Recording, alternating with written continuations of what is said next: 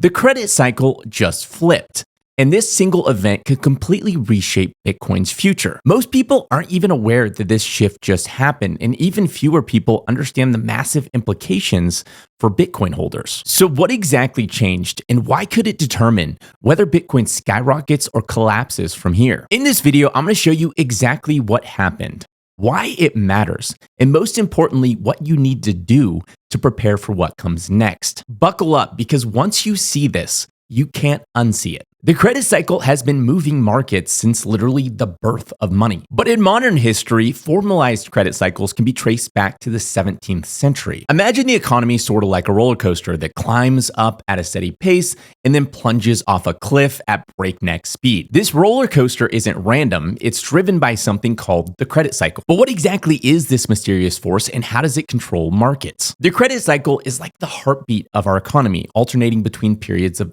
contraction and expansion. During the good times, banks lend freely, money flows abundantly, and both businesses and individuals are spending a lot of money. This pushes up asset prices, think stocks, Bitcoin, crypto, real estate, higher and higher. Confidence builds, optimism spreads, and it feels like the good times will never end. But here's the catch. Credit can't expand forever. Eventually, debts grow too large, banks have to tighten lending, and suddenly the abundant money supply dries up. Fear replaces optimism, spending starts slowing, the markets start to wobble, and then eventually asset prices collapse. This contraction period can trigger market collapses, recessions, and overall just a not fun time for those who are investing or just making money in the economy that's collapsing. And right now, we've hit a crucial turning point in the credit cycle. And this shift isn't just about traditional markets, it'll impact Bitcoin and crypto in profound ways. So if you're invested in Bitcoin or any other asset, understanding this shift isn't optional, it's essential. First off, you need to understand that the credit cycle is highly consistent when it comes to pattern,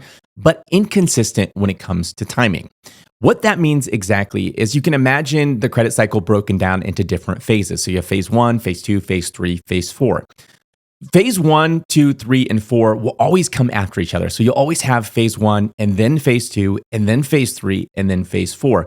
It follows a very natural pattern. But the timing of those phases can vary dramatically depending on the wider macroeconomic setup. So phase 1 could be 1 year, or it could be 5 years. Phase 2 could be 6 months, or it could be 3 years. The timing is inconsistent, but the pattern is highly consistent. And the pattern basically goes like this. First, you have easy credit / expansion phase. During this phase, you get loose lending standards, low interest rates, and a wider market optimism. After that, you get the credit boom / euphoria stage. This comes with excessive borrowing, over-leveraged consumers and businesses, and extreme speculation. Following that, tightening and stress emerges, so you have central banks raising rates, credit slows down, asset prices start stalling, and defaults begin happening on the fringes. Then comes the contraction / bust phase of the cycle, where credit dries up, defaults spike, and asset prices absolutely plummet, and we possibly enter a recession. Finally, you have the repair / reset phase of the cycle, where maybe you get some sort of debt forgiveness or restructuring of debt.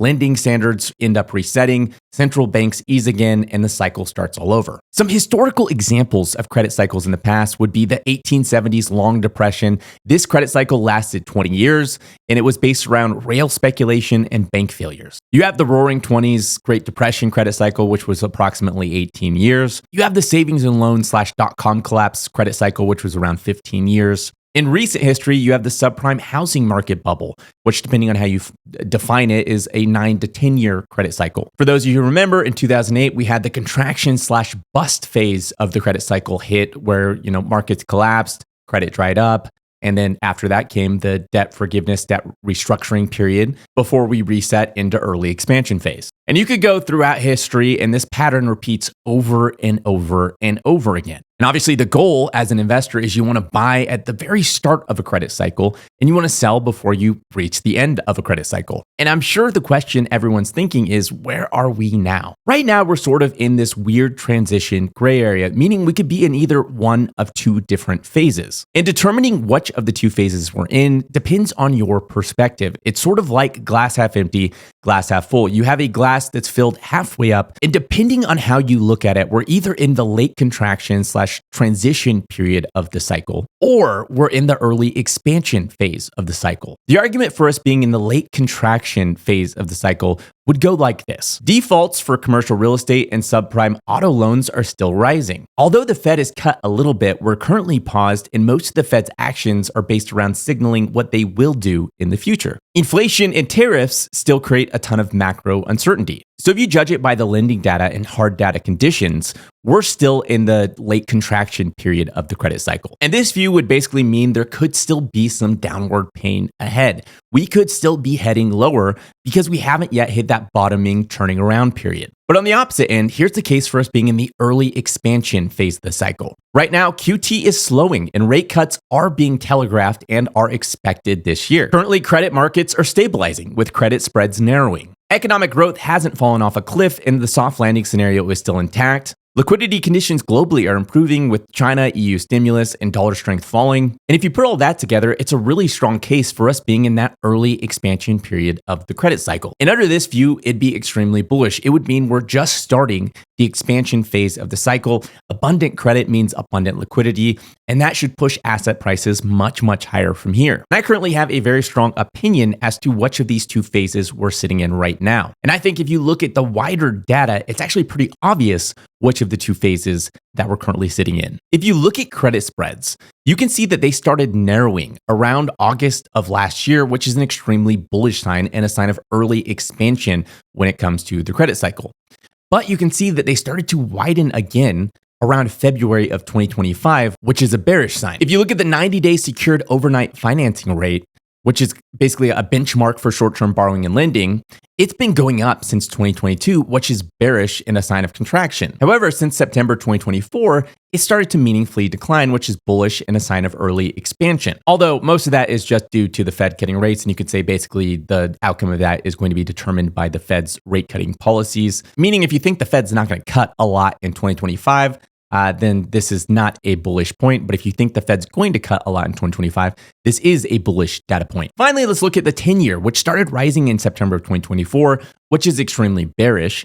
But you can see it peaked in January and we've since started declining, which typically is a bullish sign. It definitely is bullish for credit. But in this specific instance, a lot of people trace that decline in the 10-year to the fact that the stock market's doing so poorly. So because people are buying, or because the stock market's been so turbulent, a lot of people are having a flight to safety. So they're removing their funds from the stock market and they're putting it into bonds or the 10-year, which has been pushing down that rate. So there's a really strong argument that even though that's a bullish move, it's actually from a bearish thing. So therefore that's bearish as well. So looking at the data, given that picture, it would actually lead you to believe that we are in fact in the late stage contraction phase of the credit cycle. And we're not in the early expansion phase of the credit cycle, which would mean potentially we have some more downside risk from here. However, that's not my personal take and that's not my personal belief. And that's because I believe that the charts only tell a piece of the story. And a couple weeks ago, we were given an extremely important piece of the puzzle